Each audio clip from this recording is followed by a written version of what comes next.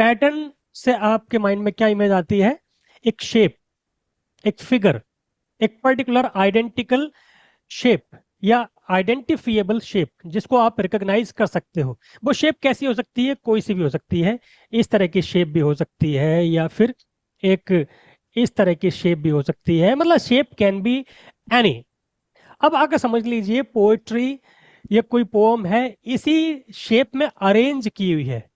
मतलब the first word is of this length, second word, the second line is of this length, maybe one word or two words, then third line में 3-4 words हो सकते हैं, fourth line में 5-6 words हो सकते हैं, six line में और 8-10 वर्ड्स हो सकते हैं, और फिर इसी तरीके से ये सिस्टम चला और फिर कम होता चला गया। अगर कोई पोम इस शेप में होगी तो वो क्या होगी? Pattern poetry. ऐसे ही यहाँ पर ये लाइन है, ये लाइन है, ये लाइन है, ये लाइन है, ये लाइन है, फिर आगे बढ़ती आ रही है। So if the poem is arranged in such kind of shape, figure, उसको क्या कहते हैं? पैटर्न पोएट्री कहते हैं। कि pattern poetry is called figure poem. Figure poem, figure means figure itself, ठीक। और शेप्ड पोम, ये डिफरेंट डिफरेंट नेम्स भी इसको आपको याद रखने चाहिए। पैटर्न पोएट्री से नहीं पूछा काम, तो फिर कार्मेन, ये थोड़ा सा डिफरेंट पड़ेगा। कार्मेन फिगरेटम, ये लैटिन एक्सप्रेशन है। कार्मेन फिगरेटम से आपको अगर यहाँ से क्वेश्चन पूछ लिया तो ये थोड़ा फॉरेन वर्ड है, यहाँ से प्रॉब्लम हो सकती है। अगर आपको नहीं पता, so you won't remain in the comfortable zone, comfortable position to answer the question.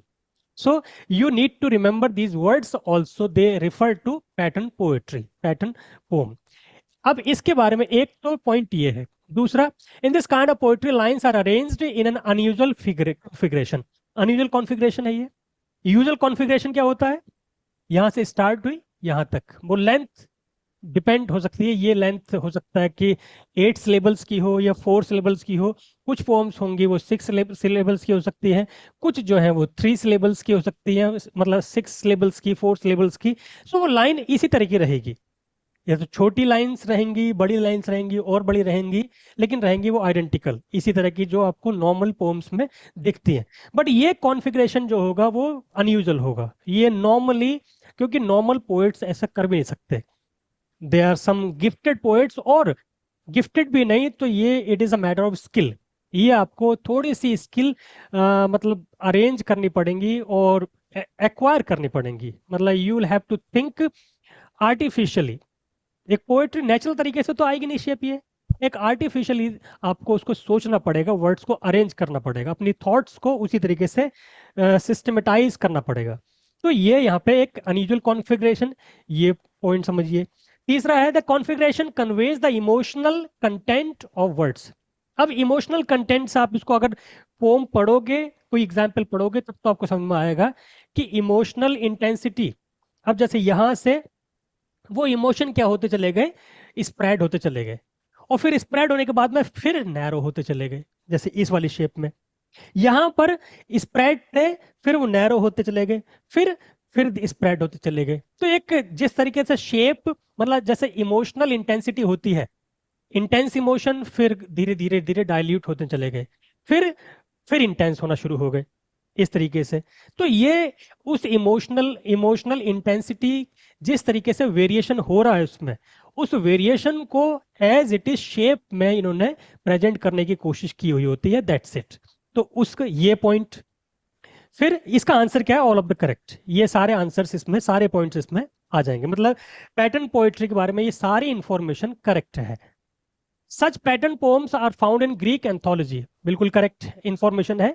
Greek anthology में ही, ग्रीक लिटरेचर में ही इस तरह की चीजें पाई जा सकती हैं।